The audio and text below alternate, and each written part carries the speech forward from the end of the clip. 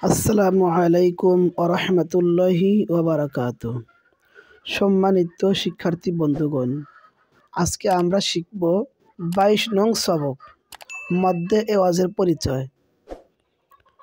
আমাদের চ্যানেলে আপনি নতুন দর্শক হয়ে থাকলে মেহরবানি করে আমাদের চ্যানেলটিকে সাবস্ক্রাইব করুন, আর যারা সাবস্ক্রাইব করেছেন তাদেরকে অসংখ্য ধন্যবাদ। ভিডিওটিতে অবশ্যই একটি লাইক করবেন। আপনাদের লাইক পেলে আমাদের ভিডিও বানানো আর উৎসাহ বেড়ে যায়। আর অবশ্যই না টেনে পুরো ভিডিওটি দেখবেন। চলুন শুরু করা যাক। মাদ্দে এওয়াজের পরিচয়। গোল তা ব্যতীত দুই জবরওয়ালা হরফে ওয়াকফ করিলে এক জবর বাদ দিয়ে এক আলিফ টানিয়ে পড়িতে হয়, একে মাদ্দে এওয়াজ বলে।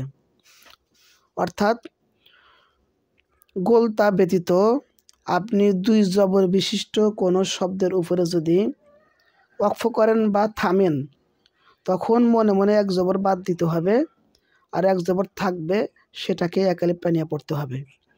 এরকমভাবে পড়াকে বলা হয় মাদ্দে এওয়াজ। যেমন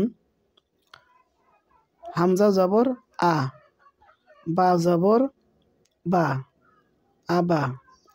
দাল আলিফ দুই জবর দান, আবাদান, আবাদান। এখানে দেখেন শেষে দুইটা জবর আছে, তার বামে ওয়াকফের একটা চিহ্ন আছে।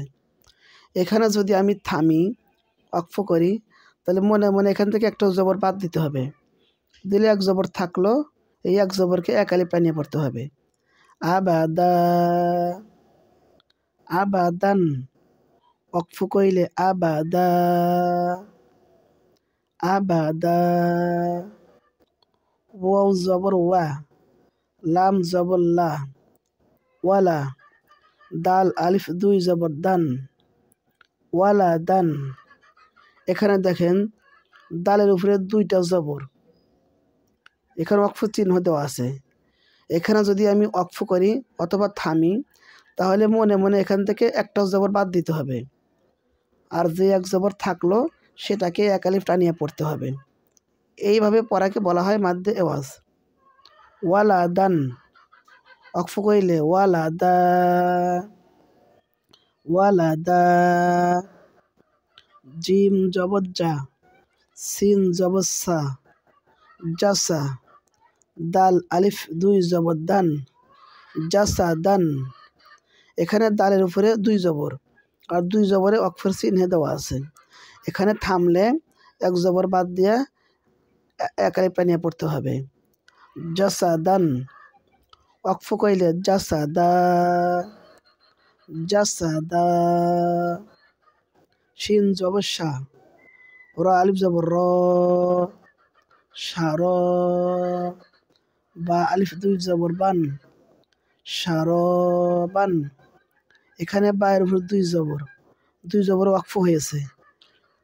এখন এক জবরকে বাদ দিয়ে এক আলিফ টানিয়ে পড়তে হবে।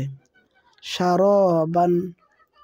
ওয়াকফ কইলে সারবা, সারবা। সদ জবর স, ওয়া আলিফ জবর ওয়া, সওয়া। বা আলিফ দুই জবর বান, সওয়াবান, সওয়াবান।